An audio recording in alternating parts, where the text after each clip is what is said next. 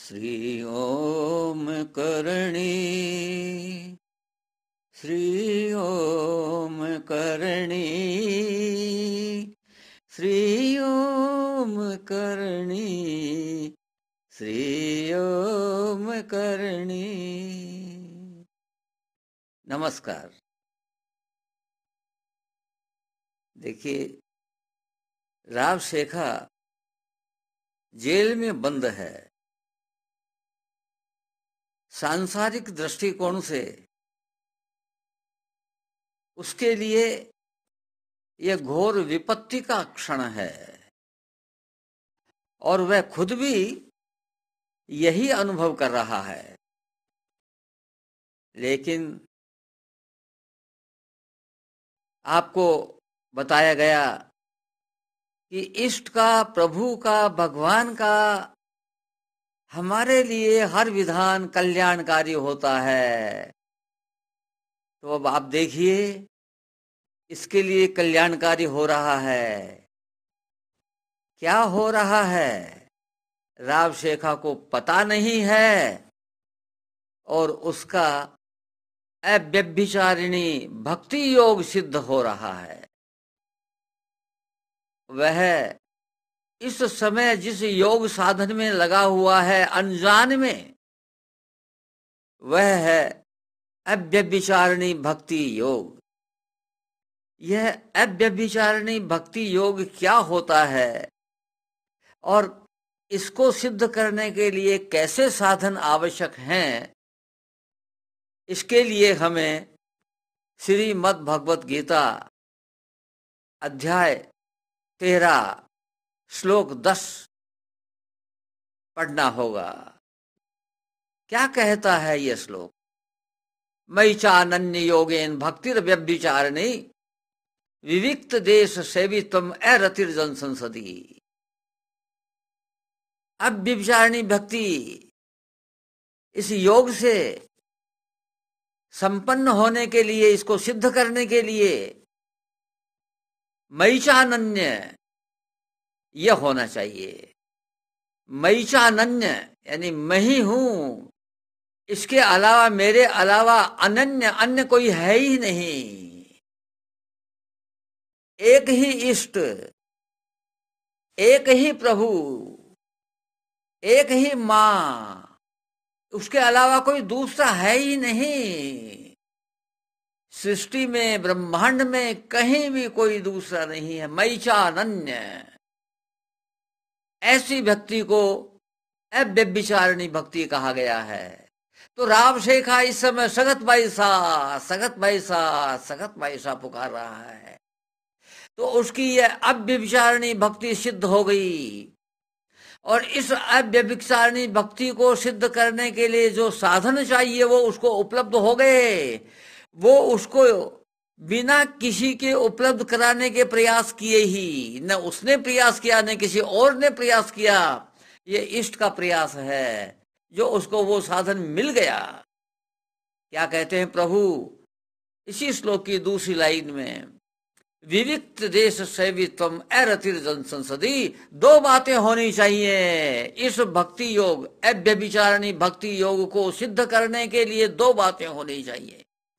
एक तो विविक्त देश यानी एकांत में रहना हो। तो जेल में जब रह रहे हैं तो एकांत ही हो गया ना। इससे ज्यादा एकांत क्या होगा?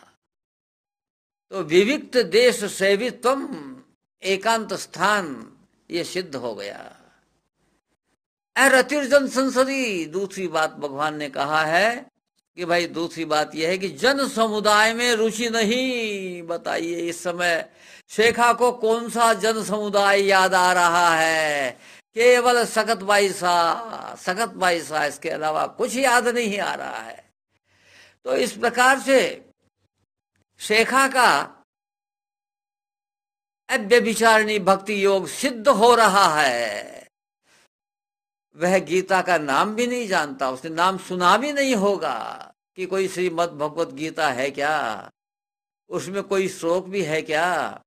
लेकिन यह इष्ट की ऐसी लीला है अपने भक्त के लिए, अपने लाडले के लिए, कि उसका भक्ति योग अपने आप सिद्ध होता है। महर्षि अरविंद का उदाहरण हमारे सामने है। कहाँ प्राप्त हुआ उनको तत्व ज्ञान? उनको तत्व ज्ञान प्राप्त हुआ जेल में। भगवत प्राप्ति हुई उनको जेल में। तो जेल इतनी बुरी चीज नहीं है। आध्यात्मिक दृष्टिकोण से विचार करें तो जेल बहुत उत्तम जगह है, और सांसारिक दृष्टिकोण से सोचेंगे तो जेल बहुत निकृष्ट जगह है।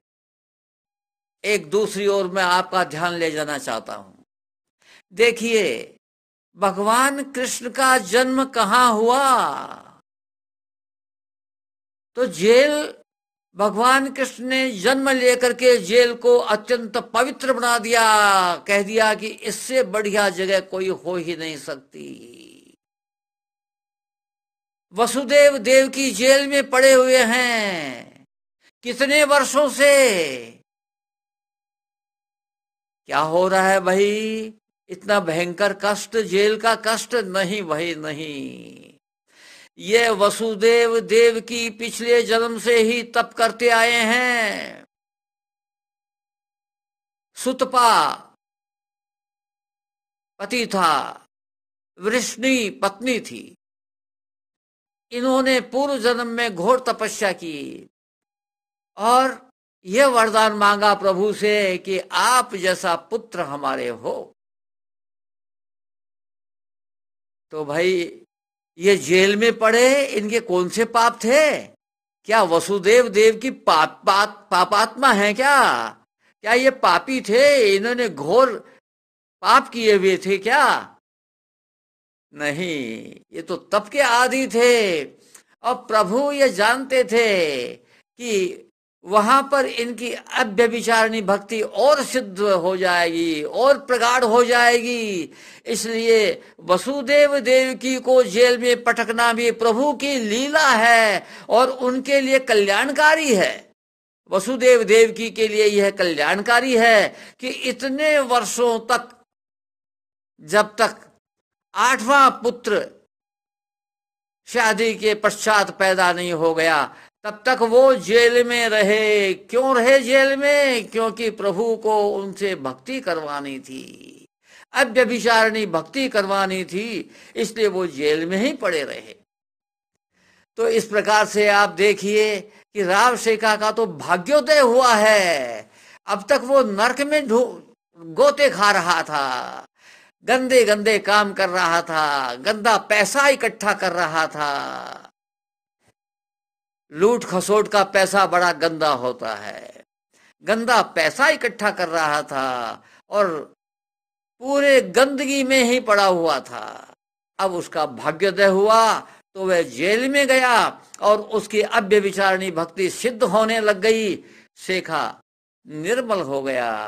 माँ के अलावा अब उसको कुछ नहीं सूझता, केवल माँ ही एक सहारा है, सकतबाई सा ही एक सहारा है। आज बस इतना ही। नमस्कार।